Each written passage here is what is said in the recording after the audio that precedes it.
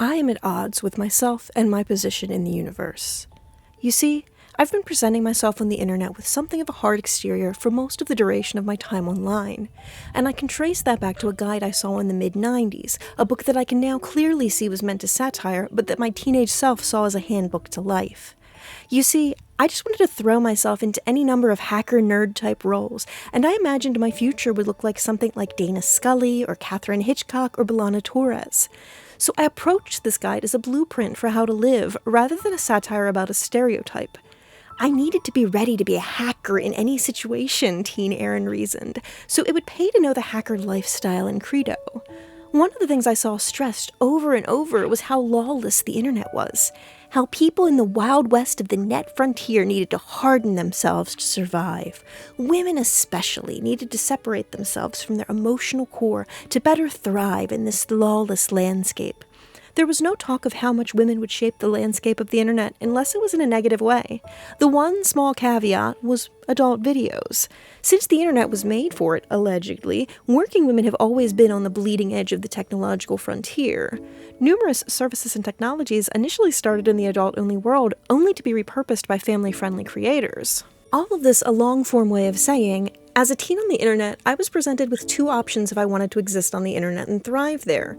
I could be the hacker chick, who strived to be one of the boys, suppress their emotions, and harden up, or I could be a lady of the night, which would likely pay better, but I was cautioned all the while that it would devalue me in other ways, especially in the eyes of men and corporate hiring managers. At many points, it was stressed with importance. You cannot be both. It was all the old virgin whore paradox repackaged, and as someone who was dealing with their own lavender tendencies in a classic cis-heteronormative ways like screwing their way through a friends group, I struggled with handling said paradox. It was particularly different, as I had to invent an entire persona for who I was online, as someone who had evolved beyond feelings, and who loved men, but not as much as I loved my corporate job.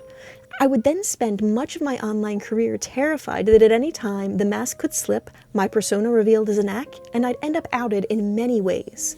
I think that's why it was so important for me to officially come out for my channel so I could fully get rid of the last remaining vestiges of that persona. I must say, I think I'm going to do a full video on coming out online, or more specifically, of questioning your identity and orientation late in life when you're also trying to make something of yourself as a content creator, because it makes so many things so much more difficult. If that seems like something you'd like to hear more about, please let me know in the comments.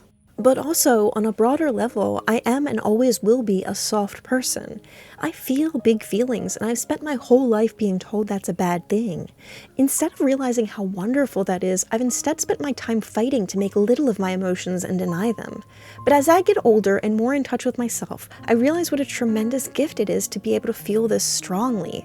I hate that because I wanted to become this digital denizen that I spent so many of my younger years trying to suppress and deny my feelings as much as humanly possible, especially in my internet persona.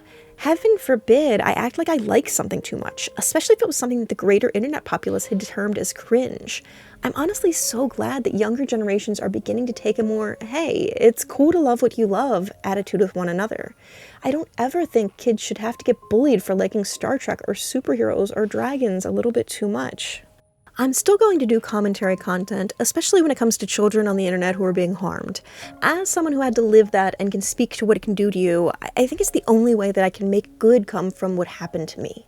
If I use that knowledge to try and protect others so they don't go through what I went through, it almost makes it like it meant something. I don't know. But I also just want to be more open and more passionate about things that I love here. I think that will make for a much better emotional balance. And if anything I said in this video resounded with you, please let me know in the comments. I've also taken a bit of time away because since I'm coming back with a different attitude and such, I wanted to try and script a few things so I can actually have a shot of achieving regularity. So I'm going to script videos for Tuesday that'll release at 9 p.m. Eastern Standard Time. And then if I have a commentary topic that is more timely, I'm going to do a second video Friday at 9 p.m. Eastern Standard Time. My Aesthetic for Less video is nearly finished and should be releasing next. I'm also working on a video on why I never want to return to tech, one on gardening tips for neurodivergent folks, and one on things that I wish someone would have told me when I became disabled. On the commentary side, I believe I'm doing a video on the lessons we can learn about exploiting children for content based on how the kids from classic TLC reality shows have grown up.